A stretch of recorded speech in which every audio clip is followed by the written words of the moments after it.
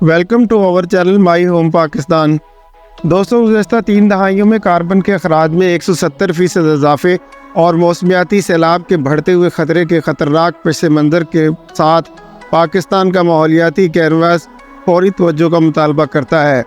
عالمی بینک کے مطابق پاکستان کی جی ڈی پی کا 6% یعنی 365 بلین روپے سالانہ ماحولیاتی انحطاط یعنی انوائرمنٹل ڈیگریڈیشن کی وجہ سے ضائع ہوتا ہے۔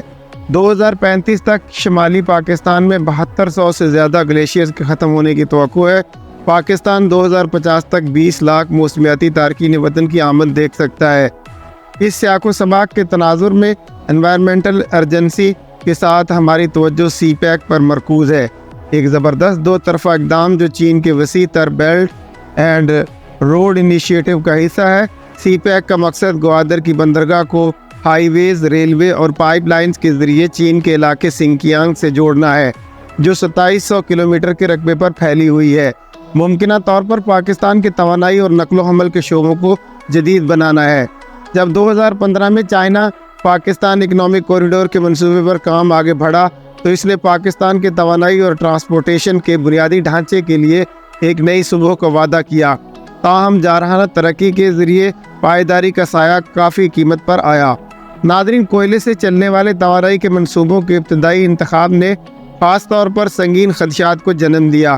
صحرائے تھار میں کوئلے کے وسیع ذخائر اپنی رغبت کے باوجود یہ ظاہر کر رہے ہیں کہ شاید وہ پاکستان کی توانائی کے مسئلے کا جواب نہیں ہے۔ پریشان کن بات یہ ہے کہ کوئلے کے استعمال، خاص طور پر تھار کے علاقے سے ملک کے گرین ہاؤس گیسوں کے اخراج میں حیران کن طور پر 51 ملین ٹن کا اضافہ متوقع ہے۔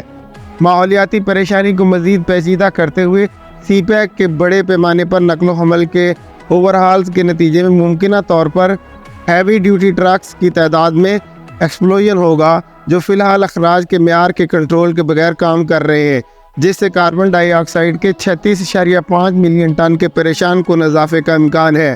کوئلے کے اثرات کی مکمل حد یعنی دا فل ایکسٹینٹ آف کولز ریمیفیکیشنز، پانی اور فضائی آلودگی، ایکو سسٹم ڈیمیج، صحت کے مضمرات اور اہم سماجی و اقتصادی اخراجات پاکستان کے مستقبل پر ایک منحوس بادل ہیں۔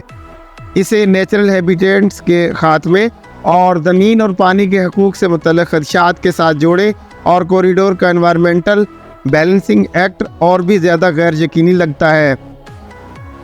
دوستو، ابھی تک پینٹ کی گئی تاریک تصویر کے باوجود افق پر امید کی کرن نظر آ رہی ہے، جو ایک سرسبز چائنا پاکستان اکنامک کوریڈور کی طرف اشارہ کرتی ہے۔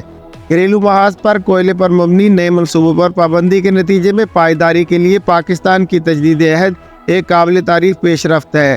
متبادل یعنی آلٹرنیٹیوز اور قابل تجدید توانائی کی پالیسی 2019، جس کا مقصد قومی توانائی کا 30% رینیویبل ذرائع سے اور 30% ہائیڈرو پروجیکٹ سے 2030 تک ہے، ایک اہم تبدیلی کی نشاندہی کرتی ہے۔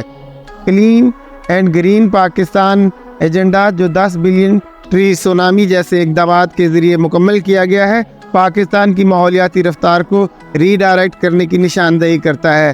ناظرین، سی پیک کا سبز ارتقاء دونوں ممالک کے لیے اہم ہے، جو پائیداری کے لیے ان کی اجتماعی عزم کی عکاسی کرتا ہے اور راہداری کے مستقبل کے لیے ایک پرامید تصویر پیش کرتا ہے۔